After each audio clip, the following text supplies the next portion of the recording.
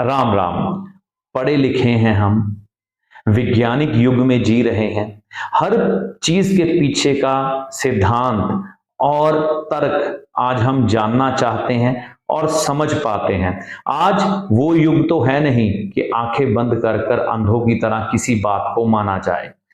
देखिए, कुछ ऐसे सिद्धांत हमारे जीवन में अक्सर रहे हैं जिसको अपनाने से हमें हमेशा ही लाभ मिला है, और ये लाभ अगर आप अपने जीवन में भी चाहते हैं तो इसे अपनाएं। आज इस वैज्ञानिक दृष्टिकोण के चक्कर में ही हम एक चीज अपने जीवन से लुप्त कर चुके हैं, वो है बरसात में नहाना। जब भी सावन के महीने की बरसात आया करती थी तो मुझे अपना वो बचपन याद है। मैं 3 से 4 घंटे 5 घंटे बरसात में नहाता था। हमारे मोहल्ले में, हमारी गली में पानी इकट्ठा हो जाता था, हम उस पानी में खेला करते थे। तो क्या मैं उससे बीमार हो गया? क्या मैं उससे स्वस्थ नहीं रहा? ऐसा नहीं होता। बरसात वो भी सावन की, इसमें वो शक्ति है इस बरसात में, आप इमेजिन नहीं कर सकते।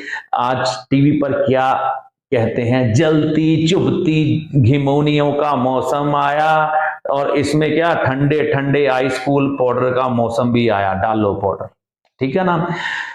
किसी को घिमौनिया हो, बच्चों को, खास तौर पर आप खुद भी कभी बच्चे रहे होंगे, आपको घिमौनिया हुई होंगी, तो आपने क्या किया होगा?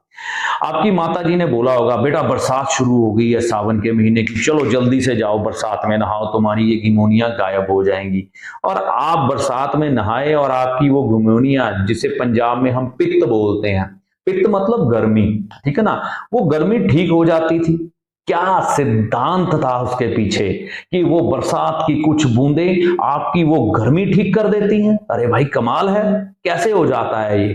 तो हम वैज्ञानिक, पढ़े लिखे, डॉक्टरी युग, साइंस के युग में जीने वाले लोग बरसात में नहाना ही छोड़ गए।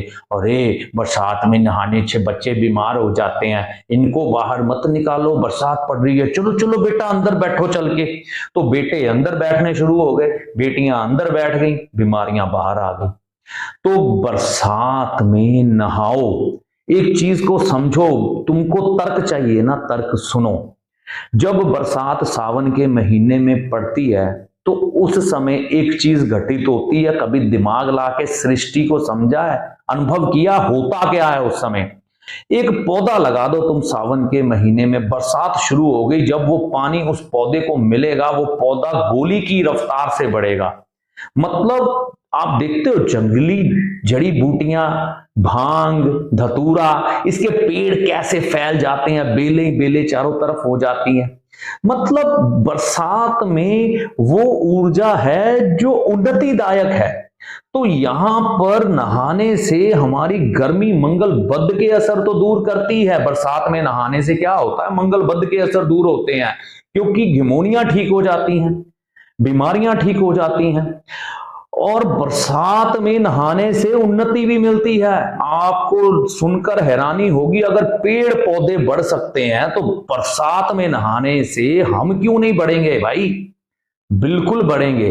आप बरसात में बेनिश्चिंत होकर नहाइए, लेकिन एक बात का ध्यान रखिए, अगर आपकी शारीरिक क्षमता डॉक्टरों के मुताबिक काबिल नहीं है बरसात में नहाने की, तो जो आपको डॉक्टर ने कहा है उसके अनुसार ही चलें, मेरे अनुसार ना चलें, ठीक है ना। ये आपके लिए जानना जरूरी है। लेकिन अगर आप सक्षम हैं, एक नॉर्मल लाइफ जी रहे हैं बिना बीमारियों के, अगर छोटी मोटी बीमारियां है भी, लेकिन डॉक्टर से पूछ लें जाके कि डॉक्टर साहब मैं बरसात आ रही है सावन की, क्या उसमें स्नान करने से मुझे कोई लाभ या हानि तो नहीं होगी? लाभ तो चलो छोड़िए, हानि तो नहीं होगी।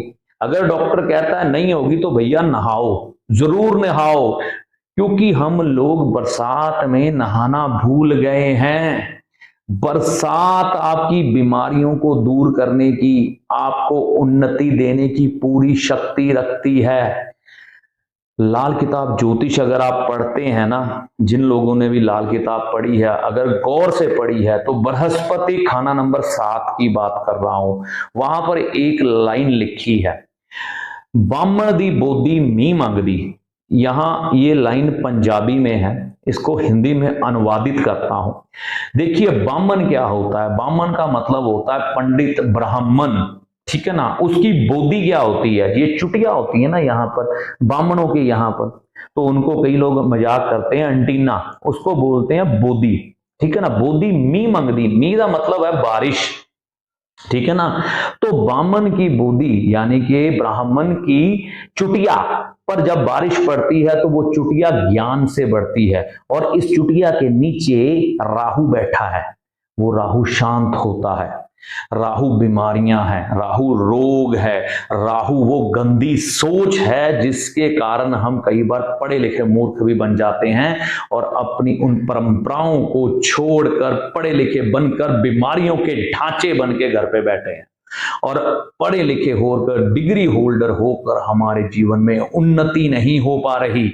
तो ये छोटे छोटे उपाय, बारिश में नहाना समय बदल चुका है, आज उपाय वही हैं, लेकिन मैं इन उपायों को उस ईश्वर की प्रेरणा से बदलने की कोशिश कर रहा हूं, और इनको एक आधुनिक ढंग से आपको ऐसे बताऊंगा जिसमें आपका 1 रुपया भी खर्च ना हो और उपाय करने में आनंद आए, ऐसी इंजॉयमेंट मिले आपको उपाय में कि आपको उपाय बोझ ना लगे और उपाय का रिजल्ट आप खुद महसूस करें। जब आपको रिजल्ट, वैज्ञानिक तर्क और उन्नति और हमारे ऋषि मुनियों को आशीर्वाद मिलेगा तो आप खुद कहेंगे कि मजा आ गया उपाय करके। तो याद रखिए, बीमारियों से मुक्ति के लिए, उन्नति के लिए, तरक्की के लिए, ज्ञान बढ़ाने के लिए सावन के इस महीने में बरसात में जरूर नहाना है। तो सोचना आपने है, हाँ आप सेंसिटिव लोग हैं तो डॉक्टर के सानिध्य में ही आगे बढ़े, ठीक है ना। बरसात में नहाए जरूर, ज्यादा नहीं नहा सकते, कुछ बूंदे ही डाल लो सर पे यार, देखो कमाल होता। तो वो मम्मियां भी ध्यान दें, बेटा बेटा चलो अंदर चलो, बरसात हो रही है, तुम गीले हो जाओगे, बीमार हो जाओगे, तुमको मालूम नहीं पड़ता ये बरसात में बच्चे नहाने से बीमार हो जाते हैं। तो बच्चे ना फिर जब कमाने निकलते हैं तरक्की नहीं कर पाते। तो ये करके देखो, माता रानी की कृपा से लाभ होगा। जय माता दी।